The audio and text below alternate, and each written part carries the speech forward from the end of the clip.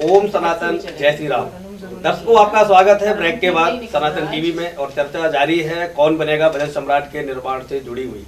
क्योंकि भजन सम्राट कार्यक्रम में, जैसा कि आपको पहले से मालूम है, हम 5 तरह के मुख्य सेगमेंट पर काम एक साथ कर रहे हैं। इसके अलावा अलग अलग 108 क्राउन्स हैं, 108 अलग अलग कार्यक्रम है, जिसमें एक दूसरा पन्ना भजन सम्राट के बाद जो खुलने वाला है वो है कविता सम्राट का। भाई अरविंद पथिक जी, आगे की चर्चा किस तरीके से वो दरवाजा खुल रहा है कविता सम्राट का, आपसे रूबरू हैं। आपका स्वागत है। नमस्कार श्रोताओं, दर्शकों। जैसा कि मैंने कहा कि कविता सम्राट में कविता के तमाम आयाम होते हैं, उन्हें हम कवर करेंगे, वहाँ तक पहुँचने की कोशिश करेंगे। गीत, गजल, वीर रस, सारी विधाओं को लेने की कोशिश करेंगे। और हमारा ये प्रयास होगा कि समस्त क्षेत्रों की प्रतिभाओं को एक मंच मिले। न केवल मंच मिले, अपितु हमारे जो श्रेष्ठ शिखर हैं किसी भी विधा के, उनके द्वारा उन्हें निर्देशन मिल सके, उनकी कविताओं को, रचनाओं को तराशा जा सके, ऐसा हमारा प्रयास है। और इसी दिशा में SLCPL प्रोडक्शन एवं सनातन टीवी काम कर रहा है। इसके लिए भाई कुलदीप राजपूत भी बधाई के पात्र हैं और सनातन टीवी का भी मैं बहुत हृदय से आभारी हूँ। अभी आग्रह किया कुलदीप जी ने कि मैं अपनी कोई रचना भी आपको सुनाऊँ। बात भजन सम्राट की और भजन की हो रही थी। भजन, जैसा कि मैंने कहा, कविता का चरम है और वहाँ तक पहुँचने में बहुत समय लगता है। एक कविता की पथरीली राह पर एक एक सीढ़ी, एक एक कदम बढ़ाते हुए हम कहीं भजन की ऊंचाइयों पर पहुँच पाते हैं।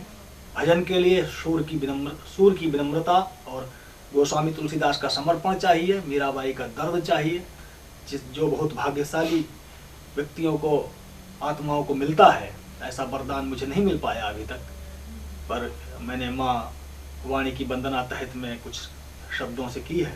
मैं आपके समक्ष रखना चाहूँगा कि जो सबकी पीड़ा बन जाए, हर मन की पीड़ा बन जाए, ऐसा कोई गीत नहीं मैं अब तक लिख पाया हूँ। माँ तुम्हारे चरणों में मैं भेंट तुच्छ सी लाया। बहुत सुंदर। जो सबकी पीड़ा बन जाए, हर मन की बीड़ा बन जाए, ऐसा कोई गीत नहीं मैं अब तक लिख पाया हूँ। माँ तो तुम्हारे चरणों में मैं भेंट तुच्छ सी लाया हूँ। तो सिर्फ किए हैं कागज कारे, मैंने शब्द सब व्यर्थ उचारे। इन शब्दों में भाव नहीं है, छंद नहीं है, इनमें घायल मानवता के द्वंद्व नहीं है। रिक्त तिक्त से अक्षर लिख लाया हूँ। माँ तो तुम्हारे चरणों में मैं भेंट तुच्छ सी लाया हूँ। बहुत। और माना मेरे अक्षर तेरे योग्य नहीं है, माना मेरे अक्षर तेरे योग्य नहीं है, पुष्प धूलि के तेरी पूजा योग्य नहीं है। पर जो होता लाचार भई शिशु माँ का दुलार पाता है, यही सोचकर माँ तो तुम्हारे द्वार चला आया हूँ। और तुम्हारे चरणों में मैं भेंट तुच्छ सी लाया हूँ। और तुम्हारे चरणों में मैं भेंट तुच्छ सी लाया हूँ। अपने टूटे फूटे अक्षर और शब्द लेकर के आज मैं हाजिर हुआ हूँ। सनातन टीवी का कार्यक्रम मेरे लिए किसी पूजा स्थल से कम नहीं है, क्योंकि हम यहाँ अध्यात्म की चर्चा करते हैं, भजन की चर्चा करते हैं। और तब जब कविता की बात होती है तो मेरा मानना है कि किसी कवि के लिए जो देश काल की परिस्थिति हो, उसके अनुरूप लिखना ही सबसे बड़ी पूजा होती है। जब मुझे आज अपने देश का परिदृश्य दिखाई पड़ता है तो मुझे नहीं लगता कि ऐसे में बहुत कोमलकांत कविताएं लिख पाने का वातावरण है, माहौल है। और उससे भी पहले जरूरी हो जाता है कि हम अपने आप को जाने कि हम हैं क्या। यदि हम खुद ही नहीं समझ पा रहे हैं कि हम हैं क्या, हमारा दायित्व क्या है, तब हमारे द्वारा कही गई बातों का कोई मतलब नहीं होता है, कोई शब्दों का अर्थ नहीं होता है। शब्द केवल शोर बनकर रह जाते हैं। शब्द को शोर से लेकर के मंत्र तक की यात्रा कराने का काम जब होता है तो कविता कुरान पाक बन जाती है, कविता रामायण बन जाती है, कविता वेदों की ऋचा बन जाती है। वो समर्पण लाने की कोशिश जब कोई कवि करता है तो वास्तव में वो ऋषि बन जाता है। ऐसा वरदान मुझे अभी तक नहीं मिला है। बहुत अच्छा। लेकिन मैं तो अपने देश की परिस्थितियां ऐसी देखता हूँ जहाँ कुछ ऐसा लिखने की जरूरत है जो वातावरण की इस स्तब्धता को तोड़ सके, और तब मैं अंगार लिखता हूँ। वर्ष 1998 में मेरा पहला काव्य संग्रह मैं अंगार लिखता हूँ प्रकाशित हुआ, जिसने हिंदी साहित्य जगत में अपनी एक अलग पहचान बनाई। और जो मेरी, मैं चाहूँगा कि आप दर्शकों को वो अंगार, मैं अंगार लिखता हूँ, पथिक जी की एक अपनी पहचान है, मैं अंगार लिखता हूँ। मैं दर्शकों आपको बता दूँ, एक ये वो रचना है जिसे हम कह सकते हैं कालजयी रचना है। और मैं चाहूँगा पथिक जी आप हमारे दर्शकों के साथ अपनी इस कालजयी रचना को जरूर बांटें। और हमें बहुत अच्छा लगेगा, हमारे दर्शकों को भी सुनकर अच्छा लगेगा, क्योंकि भजन लेखक कोई यूं ही नहीं बनता है। भजन लेखक बनने के लिए अंगारों से होकर गुजरना पड़ता है, और मैं चाहूँगा वो अंगार आप हमारे दर्शकों को दें, ताकि उनको ये पता चले कि कोई भजन लेखक आखिर में बनता कैसे है। तब तो जाकर के भजन सिंगर बनेगा। फिर उसमें कंपोजिंग है, बहुत सारी चीज़ें हैं जो हम भजन सुनते हैं और कर्णप्रिय लगते हैं, फिर अंतर में हृदय गुदगुदी करता है, वाइब्रेशन होते हैं और हम प्रभु से जुड़ने की स्थिति में आते हैं। उससे पहले की जो अवस्था है, जो अंगारों वाली अवस्था है, लगता है कि एक अंगारों से हम गुजर रहे हैं, उस कालजयी रचना को मैं चाहूँगा कि आप जरूर दर्शकों के साथ बांटें। आपका स्वागत है। जी कुलदीप जी, मैं बात कर रहा था कि जो परिवेश है आज का, वो ऐसा नहीं है कि उसमें कामायनी लिखी जा सके, बिल्कुल उसमें कुछ ऐसा श्रेष्ठतम लिखा जा सके। जरूरत है समय को, इस व्यवस्था को झकझोरने की।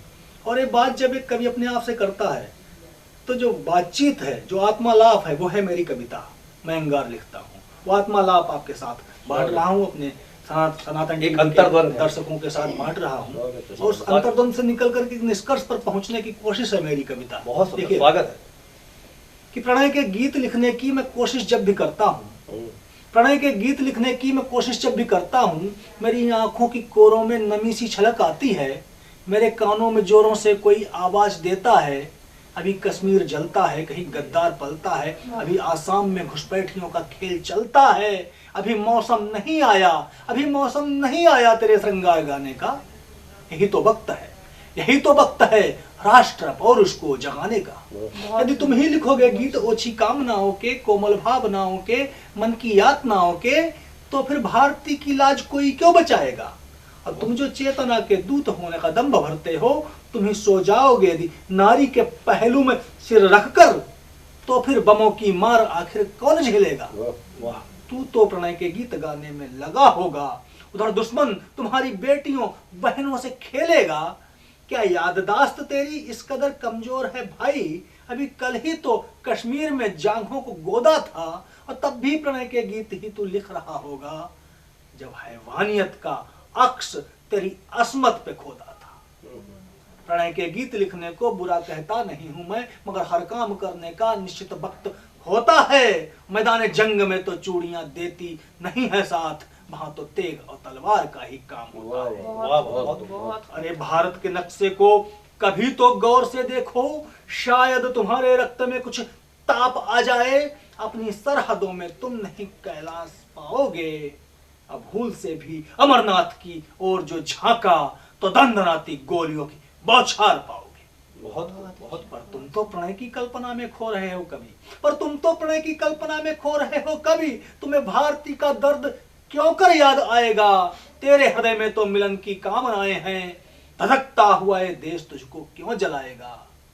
प्रणय के गीत लिखने की मैं कोशिश जब भी करता हूँ, मेरी सांसों में भी जब यौवनोन्माद उठता है, तभी ये आवाज गहरे तक मुझे झकझोर जाती है कि अभी मौसम नहीं आया तेरे श्रृंगार गाने का। यही तो वक्त है चेतना की ज्योति लाने का। तब मजबूर होकर के मैं जलते गाने लिखता हूँ, और कलमकारों मुझे तो तुम माफ ही करना, मैं भूल से भी अब नहीं श्रृंगार लिखता हूँ। मैं तो दिनकर की करल हुंकार लिखता हूँ, मैं अंगार लिखता हूँ, मैं अंगार लिखता हूँ, मैं अंगार लिखता हूँ। बहुत बहुत सुंदर। मैं अंगार लिखता हूँ।